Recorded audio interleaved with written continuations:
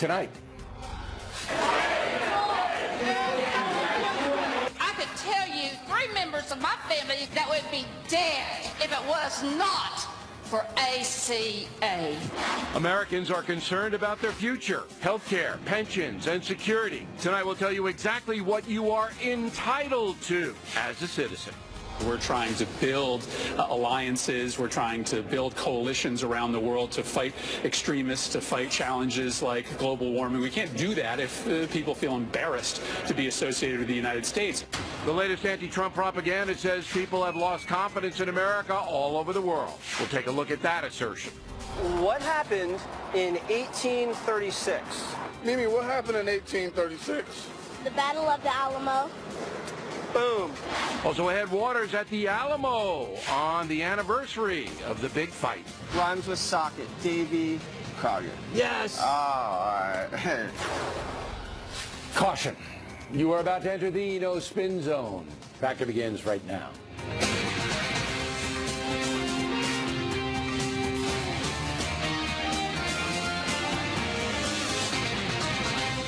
Hi, I'm Bill O'Reilly. Thanks for watching us tonight. What we, the people, are entitled to receive from our government.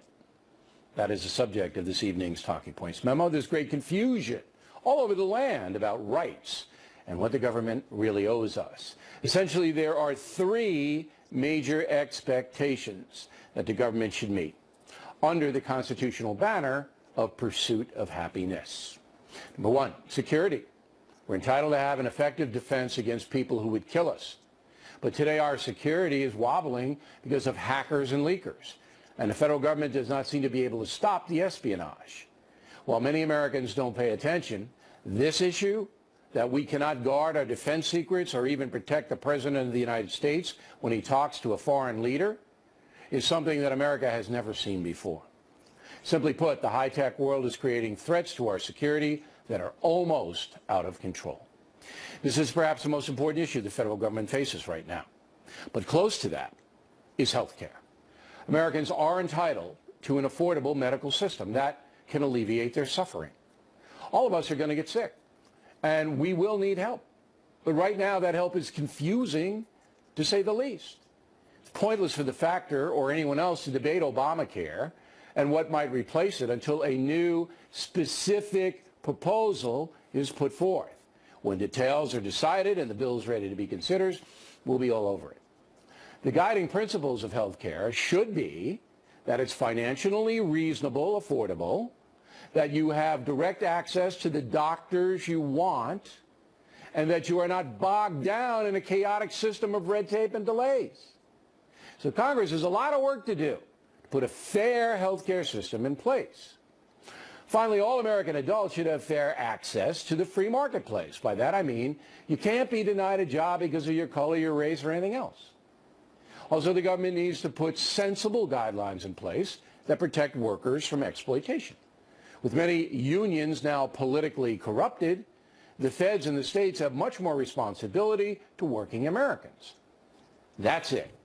That's what we are owed. The Bernie Sanders philosophy that everybody should be guaranteed a job and a set wage and shepherded through life is not what America is all about. We compete here, but in some cases, some Americans are not treated fairly in the marketplace. Best example. Children from families who don't really care about them. These kids are often thrown into awful schools and wash out early without much of an education. They have little chance to succeed economically in this country. For far too long, America's looked away from that reality. Every American child deserves a quality education. And right now, the system is not providing that for millions of kids. That must change. And that's a memo. Now for the top story tonight, the danger of hacking and leaking. Joining us from Washington, Mark Zaid, an attorney who specializes in whistleblower cases and high-tech intrusion. So the WikiLeaks deal, we saw it again yesterday, all these CIA documents released, about 9,000 of them, is a direct threat to this nation. Is it not, Counselor? No, absolutely. I mean, anytime information, especially classified, is taken from U.S. government or contracting facilities and is leaked without authorization poses a significant danger. Now, this is a labyrinth here We have a lot of investigative agencies, the National Security Agency, the FBI, the CIA, Defense Intelligence, and it seems right now that none of them have control over leaks out of their various departments. Do you see it that way? I mean, it is a problem. This one in particular is going to be very interesting. Now, of course, the government hasn't verified the authenticity, at least not on the record, per se, but the press reports have been that the majority of these documents were unclassified and were circulating among groups or contractors of the CIA, which to me is going to be fascinating as part of this leak investigation, because what kind of controls are on unclassified information? Far different than if it's classified information, and whether the systems are being hacked into, or whether people are taking documents out, or obviously just verbally disclosing information. But it is obviously a big problem, and in this day and age, when technology is so advanced, when you have the Mannings and the Snowdens of the world, where you just put a thumb drive or a CD-ROM in and you have 1.5 million documents, if that wall and shield isn't perfect, we have a problem. Well, it's not perfect. Obviously, it's embarrassing. I mean, when the President of the United States has a phone call with the Prime Minister of Australia and the President of Mexico, and 24 hours later the phone call is in the press, I mean, that doesn't get any worse than that. We cannot conduct business as a nation if the President of the United States cannot have a phone call with a foreign leader without it being taped and disseminated to the press. Am I wrong? No, not at all. I mean, that's fascinating, obviously, because that's even a different situation from with respect to classified information at one of the intel agencies. Yeah, that's just eavesdropping on the leader of the country, and that's what happened. Right. And it's insane. And not only it makes that, it difficult. Not only that, you have a situation where a private citizen, General Flynn, was caught up on a wiretap with the Russian ambassador. And where is Flynn's privacy? Where is his right to not be wiretapped? Where is it? Well, so that comes into a different situation. So presumably he was caught through an authorized legal warrant and as an incidental capture. Now, that is different, though, from then someone leaking the information, No, but under the bylaws of the warrant, he's supposed to be protected. Yes, he's supposed to have minimization with respect to his identity. The guy's career is over. And I'm not saying what he did was by misleading the vice president. We talked about that last night. Right. Okay. But his whole life and career has been adversely affected. There was no minimization. It was bang, he did this. We don't know exactly what was said in that call, but we know that he was on it, and and the aspersions were made that he was doing something wrong. Yeah, well, and even with some of the others from within the NSC, there have been reports of individuals who have been denied security clearances. Now, that may be interesting, and it may be newsworthy, and maybe it's even valuable for the public to know, but it is a violation of those individuals' privacies. I represent people like that all the time. I don't want my clients Flynn could go to you tomorrow on the air, and he could sue the federal government, could he not? Well, it's a little complicated in very narrow provisions of whether the Privacy Act applied to that information, and it's a very boring conversation. I bet you could. I would represent General Flynn, and that would be an interesting case. Yeah, it would be, because he didn't have he had no privacy at all, and he was not a government official at that point. He was a regular guy. All right, and we don't, I don't want to belabor the thing, but the basic point is that there is no control now, none. All right, at the federal level, at the highest level, in the Oval Office, all right, in the CIA archives, in the NSA tapping or whatever. There's no control of information, classified information. It could appear anytime, anywhere. That's a disaster. Last word. Well, there's obviously control, but the controls have some deficiencies in them. And one of the things to cure that would be a more secure and proper system for whistleblowers to be able to go internally rather than externally. I know it's your issue, but it's an ancillary issue. They cannot protect, they being the government agencies, they cannot protect their secrets. They can't. And they got to work on it. It's really dangerous for this country. Counselor, thanks for appearing. We appreciate it. Next on the Rundown. It is the FBI's job to protect us from hackers and leakers. Is the Bureau doing that? And later, press reports say FBI Director James Comey furious with President Trump. Bernie Goldberg is following that story. Up ahead.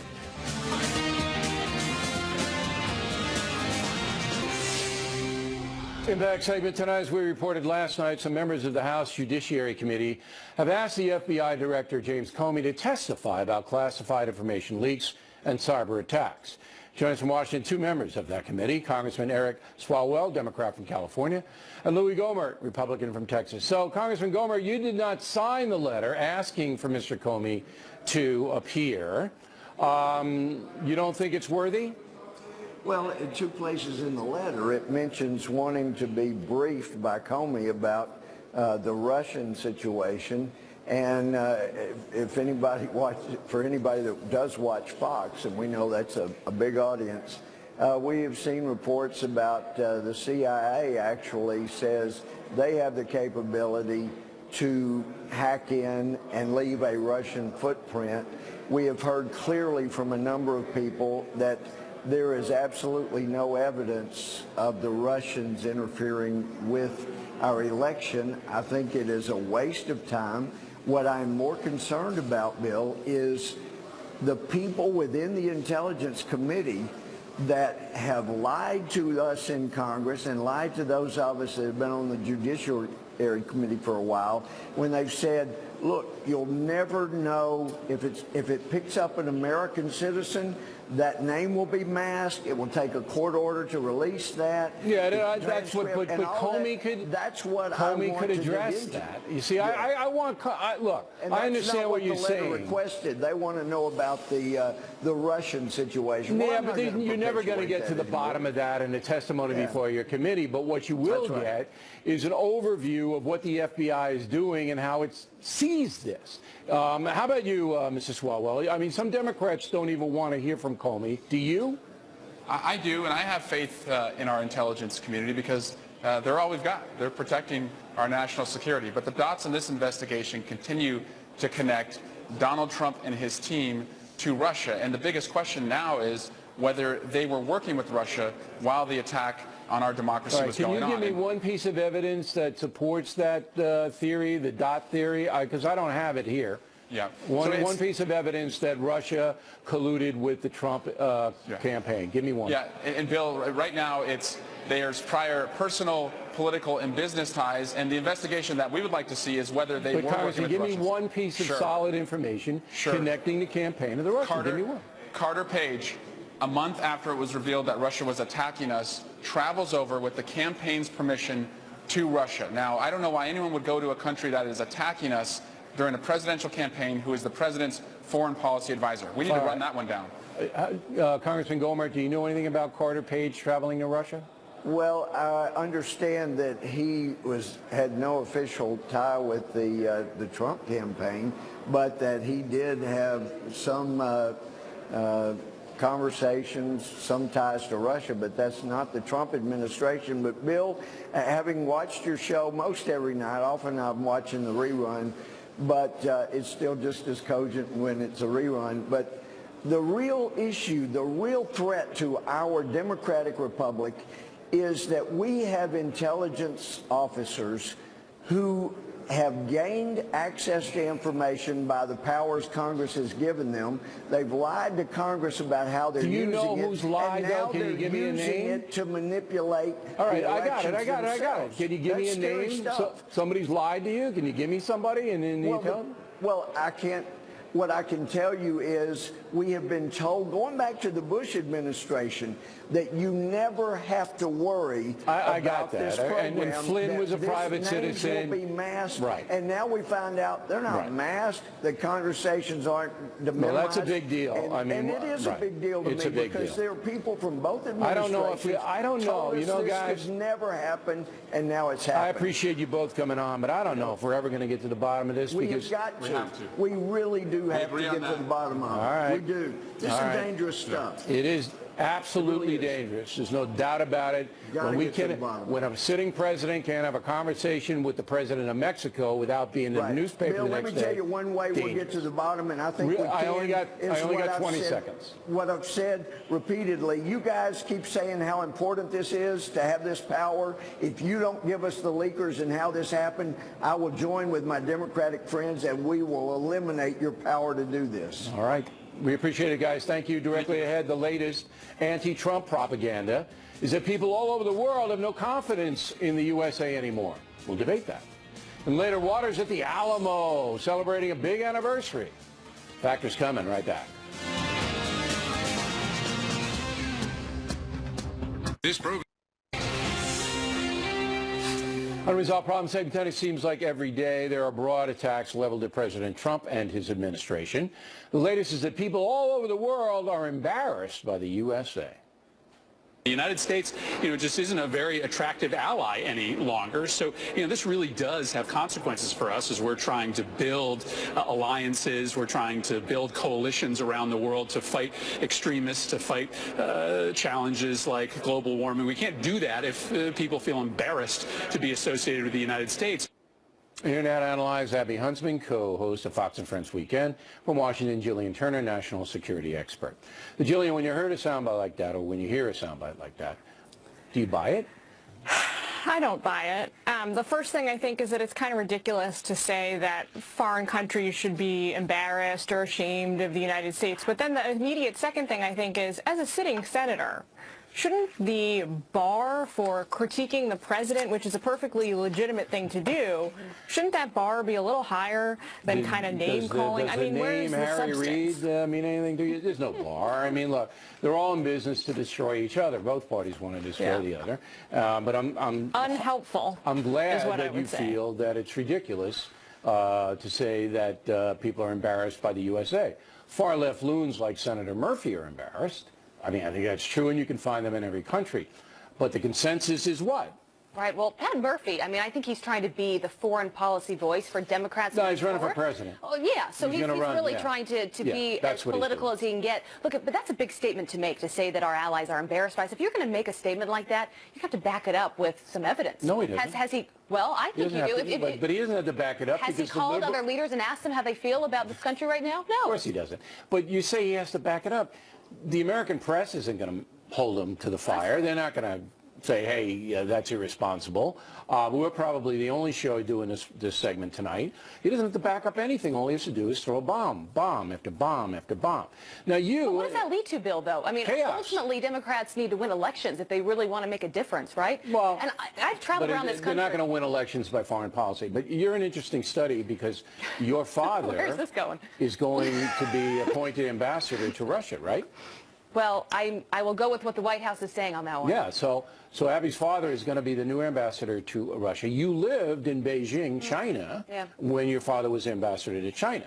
Did you think that the Chinese were embarrassed by the USA when you were over there? No, if anything, they idolize the USA. The folks did. They idolize what's going on here, places like Google, like Facebook, these companies, so they can never do over there. I actually called my dad today and asked him, because he just got back from China and Japan. I said, when you were there, were people embarrassed about this country? And he said, no, actually, they were pretty amazed at our politics and how we could go from such extreme chapters, going from 8 years under President Obama to now this movement under Trump, which is he's taking it in a very different direction. I think places like China are fascinated by that because their government doesn't change. No, they're all, you do it my way or we hurt you.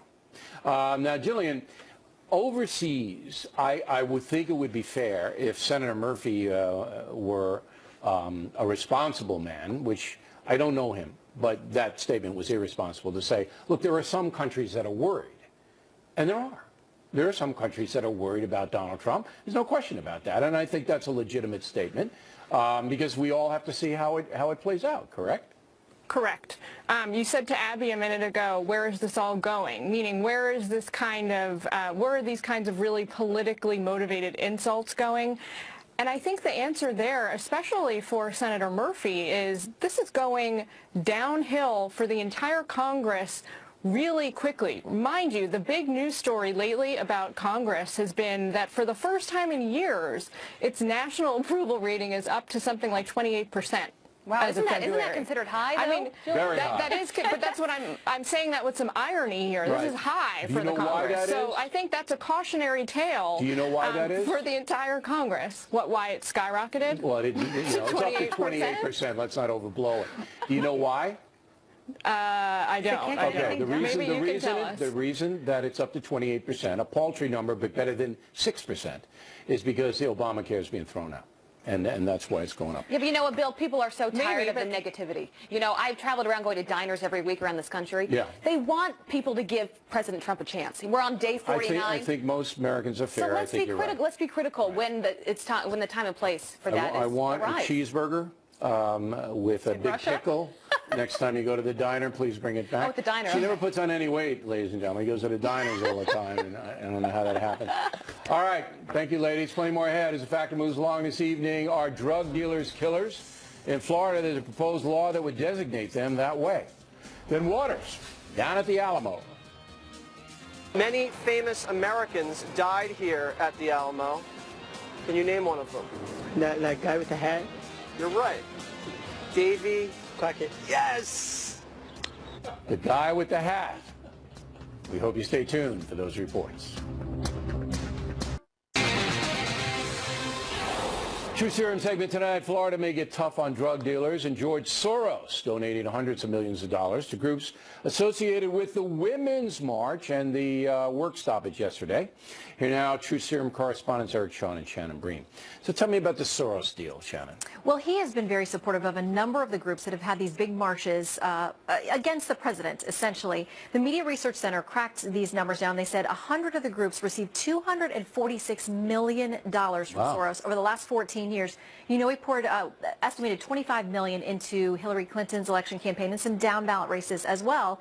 But this march yesterday, many of these groups are directly linked to him and his donations. Okay, so let me just stop you there. There are a number of political groups that helped organize the big Women's March that we're looking at, right? Okay.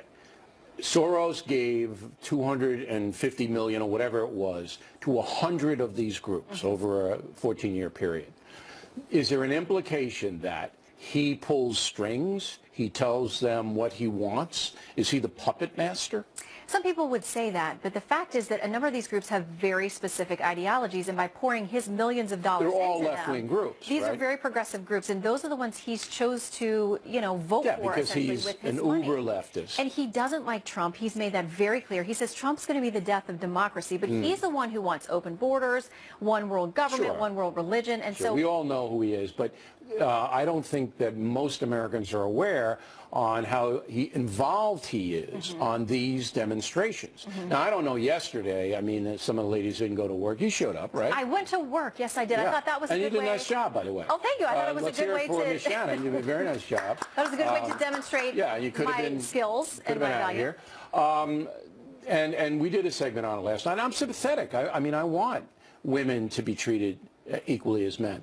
But I also know that there's a big political push behind this movement, and the push is coming from the Soros left. And I asked some of the people who participated yesterday, is this a pro-woman march or is this an anti-Trump march? And they pretty much admitted this is anti-Trump. Anti-Trump. And, you know, they won't let conservative groups or pro-life women's groups be a part of what they're doing, so I'm not sure All it's right. a women's group. Okay, now let's get down to Florida. Now, as you know, I disagree with President Obama's kind of soft touch on drug dealers. All right? He doesn't consider them violent. He doesn't consider selling hard drugs a violent crime. This is President Obama. In Florida now, there is a move to make the sale of one particular drug. If you do it and somebody dies, you're charged with murder. That's correct? it, and that's fentanyl. Right now, if you're in Florida, Bill, you're a dealer, you sell cocaine or heroin to somebody, and they die, you get charged with felony murder. But you've got this overwhelming epidemic in our country of the opioids, of fentanyl, and that is not the case now. And This is synthetic heroin, right? Exactly, synthetic drugs, exactly. And if you sell that and the person dies, that's the huge loophole. This is the bill. It is a huge bill that's right now going to be argued next month in Tallahassee, and it will charge a dealer who deals. So with right now in Florida, if you're a dealer and you sell cocaine or heroin, somebody dies, you can be charged with murder, right? Yes. I think that you can do that in most states, but very few prosecutors do. Yeah, They don't do it. And there's been really just one prosecution of fentanyl in Florida. It was last year in Palm Beach, where a guy who allegedly sold fentanyl to someone who then died, he was convicted, got 30 years. That's the only case. Okay, that's what has to happen. Now, is there a big opioid heroin problem in Florida? It is huge. More than 700 people dying of fentanyl in 1 year. Is that right? And 700 on fentanyl alone? Yeah, and it has been growing across the country, and it really deals with all these synthetic mixtures. Yeah, sure. That is just raised such I said to somebody the other day, I mean, if you're taking that drug, I mean, hard for me to feel sorry for you. because it's like taking cyanide. That's how dangerous this thing is, you know. All right, thanks very much, guys. We appreciate it. We come right back. Fake news. What is it really? Bernie Goldberg, moments away. 16 years and counting. Thanks for staying with us. I'm Bill O'Reilly. In the Weekdays of Bernie segment tonight, two interesting topics, beginning with a report that FBI Director James Comey asked the Justice Department, headed by Attorney General Jeff Sessions, to publicly reject President Trump's assertion that President Obama ordered taps in the Trump Tower. Now, that report was based on anonymous sources, but it's widely accepted as truth, even though Director Comey has not said a word, nor has anyone in the Justice Department. Joining us from Miami, Bernard Goldberg. So, my contention is this. If you don't have any backup or perspective, you can mention it. All right, this is what's floating around. But you got to stop there. You can't build speculation unless there's somebody on the record saying something. Am I wrong? Yeah, I think you are. I think this is important because we need to believe the President of the United States. We live in a free country, and if we don't believe what he says, we have a problem. He put out a tweet that said his offices at Trump Tower were bugged, and President Obama was behind it. I don't know if that's true. I assume it is not true. Everybody has knocked it down. But you can't put that out without any proof. He's the president. Well, he can't just put that out. He can put it out, and he does. He's a provocateur, and he does it. Now, you can criticize him, as you are, for doing it. And that legitimate criticism, people can take it or leave it. But you can't basically establish a baseline record on anonymous sources that have no context provided to them. We don't know who put this out. We don't know anything. Okay. Here's why I believe it. Here's why I believe it. Because I don't believe any of the alternatives. I don't believe the New York Times just made it up. I'm pretty sure. With all due respect, the fact that you believe it is fine, but other people don't believe it. They believe Trump. It goes down along partisan lines. Do you really want to go down that road? No. Do you really want to do that? What I want to do is advance this story journalistically. The Trump supporters don't care if he lies. He's on their team, and that's all they care about. Some people are in that category, and it was the same with Obama people. All right, no matter what he did was fine. He walks on water. You can't criticize him. It's always been that way since George Washington. But journalistically speaking, we're starting to build baselines of fact based on no facts. There aren't any facts in this story, in the sense that we don't know if Comey said that. We don't know if anybody at the Justice Department was told that. So it's no baseline. That's all. No, I just couldn't disagree more. Let me finish this thought. You don't believe, I'm pretty sure, and I certainly don't believe that the New York Times just made it up. So let's get that out of the way. Even though a lot of people watching us think they do engage in fake news, they don't, okay? That's out of the way. I don't believe that the reporter was simply a stenographer who just took down what somebody said and put it in the paper. They need backup sources. No. I believe that Comey would have said something by now if it didn't happen, and I sure as hell believe that Jeff Sessions would have said, Comey never came to me. He's a Republican. So, well, the Sessions thing is interesting. That's interesting. And we may be able to get to the bottom of that. All right, look. You're being very generous, and because I know you're a very generous man, and people appreciate that about you. And if you need a loan, Bernie lives in Miami and North Carolina. All right, let's get to another thing that's very important. Not important, but interesting. There's a big radio station here in New York City called WFAM, and it's a great sports thing. It's a lively debate. And one of the stars on WFAM is Mike Francesa, and he said this the other day. Go. I always wanted to ask you, in your lifetime, do you think we're ever going to see a day that we're going to have a professional manager, coach, female, that's a female, in your opinion? Of a male team? Yeah. No. Well, why aren't we outraged by that? Do you know how difficult it would be on a female to manage 25 men? Or 50 men? Do you know how impossible that would be? Difficulty level. I'm just saying it would be tough. It wouldn't be tough. It'd be impossible. Now, for saying that, he's under fire of being anti-women and anti-this and anti-that. And I'm saying, look, he's entitled to his opinion, may not agree with it, but he's a knowledgeable man about sports. He knows what the locker room situations are. He knows what the dynamics are. Isn't he entitled to his opinion without being punished? Yes. And the liberal, politically correct world will punish you if you're not PC enough, and that's what's happening here. Now, having said that, I disagree with him. When it comes to, let's take football off of the field, so to speak.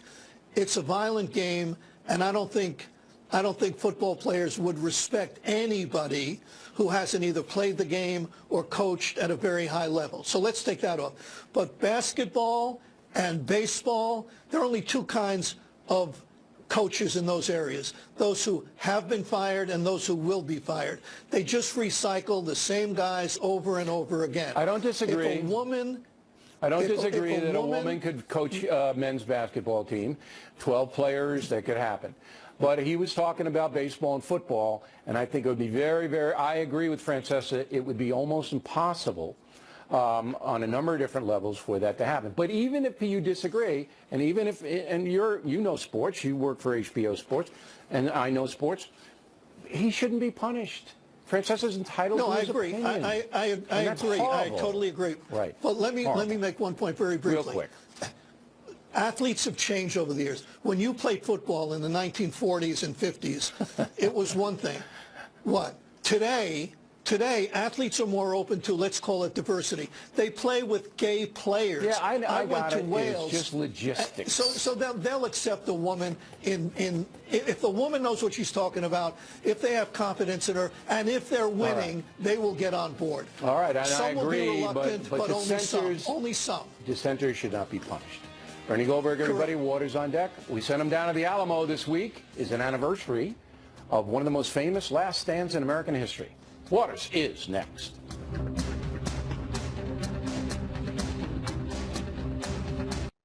The Back of the Book segment tonight, Waters World. This week marks 181st anniversary of the battle at the Alamo in San Antonio. Fascinating situation. 200 Americans held out for 13 days in a crumbling mission against a Mexican army numbering about 2,000. The cry, "Remember the Alamo," has gone down in history. But how many folks really remember? We sent Waters to Texas.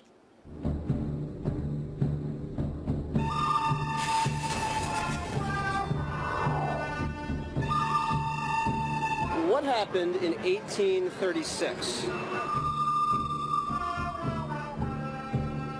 You know something, Joe? I got a bad ear. I can't hear a thing you're saying.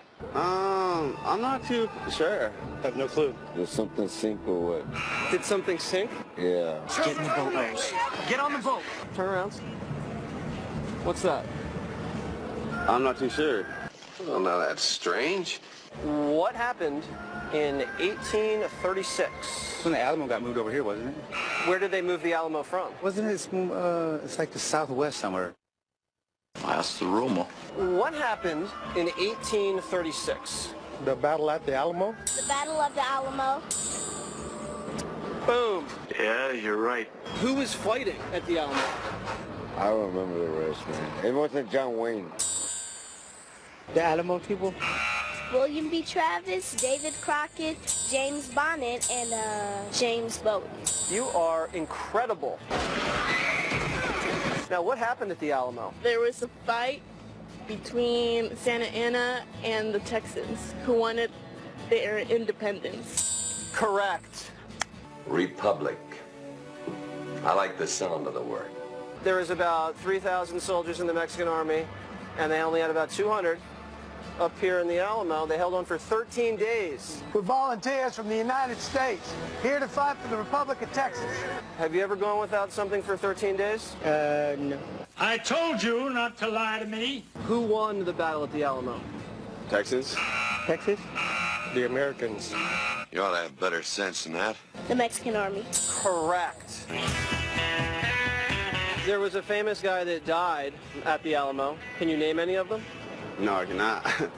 Abraham Lincoln. Jimmy Crockett, yeah, with the hat. What was his name? Jimmy Crockett. Davy. Alamo. James Bowie, Davy Crockett. Have one of these cigars. Now they say, remember the Alamo. Why do you think they say that? So we don't forget it. The Alamo represents like the Texan virtues, like we don't back down to anybody. Do you back down? If it's my parents, then yes. Well, what's there to be afraid of? Trump's going to build a wall on the southern border. I think we need a wall up north, really, because they're coming in there by the hordes. You want to keep the Canadians out? Yeah. You're so bitter now you can't think straight. Trump's going to build the wall. What do you think about that? I don't know why build a wall. We can't even finish the roads here. Yeah, that makes sense. No comment. I played the fence. What, do you work for Obama? Haven't you anything better to do than ride around that little red sash making yourself obnoxious? I'm Waters. I'm Waters. I'm Waters. It's my world. You heard that? It's my world, not yours. My God, she reminds me of me. That is what is. I want to hire that girl. You have her name. You want to get her bring in here? That's for sure. Did you really ask that woman why do they want to remember the Alamo? Yeah, because we don't forget. That's right.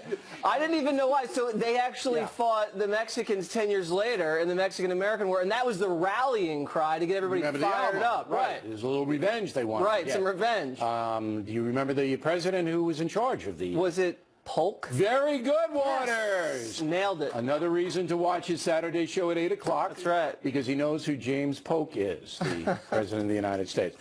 I recommend the Alamo to everybody. Yep. Great place to go. San Antonio, we like it, right? The Riverwalk was quite nice. Very nice. Yes. Good Tex-Mex food down there? Sure. No, you didn't go to the right place. You should have called me. It's okay. I should have called you, Bill. You should have called me. I know the spots. Jesse Waters, everybody, catch him Saturday. Fact, a tip of the day, a California air earthquake follow-up. The tip, moments away.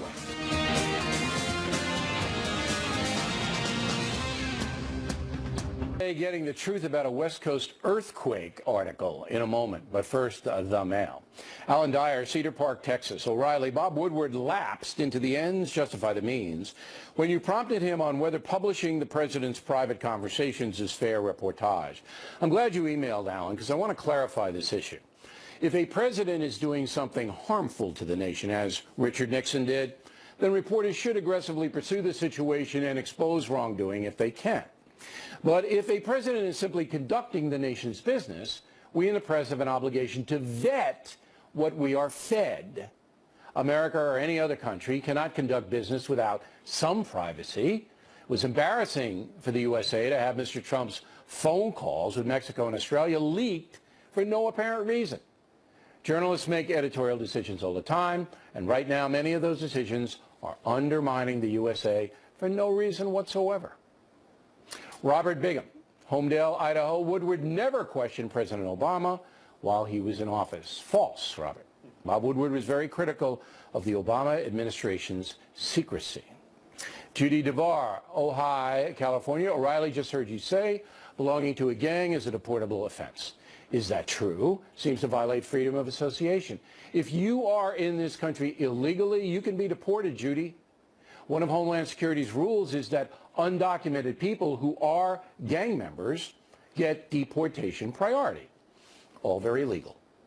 Dino Gutierrez, Liberty Hill, Texas. I served this country in 5 tours of combat and am a strong male figure. Seems like we are dinosaurs born in the wrong generation. Times have changed, Dino, no question, and the PC culture is harming a number of people. But there will always be respect for guys like you, at least on this program and on this network. Lorimer Fairfield, Vancouver, Canada. I've read Churchill and Shire, but never before in books of human conflict has so much been so movingly detailed as in Killing the Rising Sun. Well, that's a great compliment, Lorimer. Martin Dugard and I don't consider ourselves Winston or William, but we do try to paint a vivid picture of heroism and evil in our history books. Thanks for reading Killing the Rising Sun.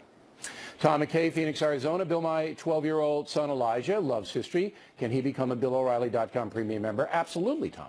And I'm sending him a membership. Also, all premium members get the Talking Points memo emailed daily.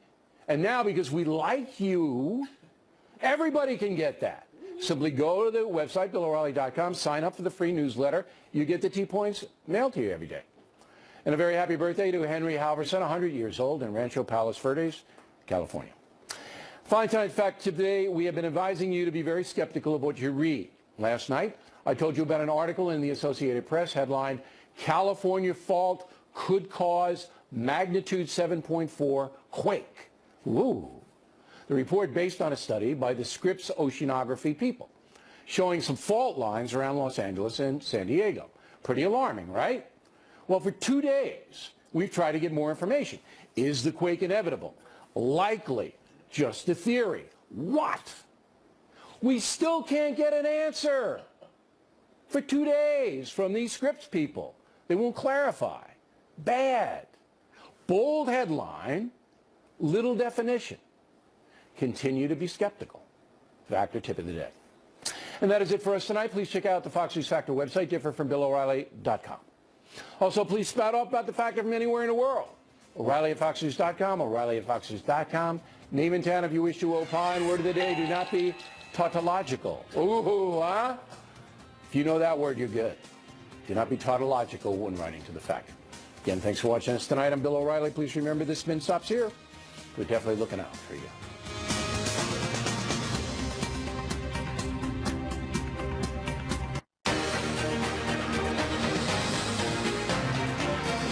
Good evening.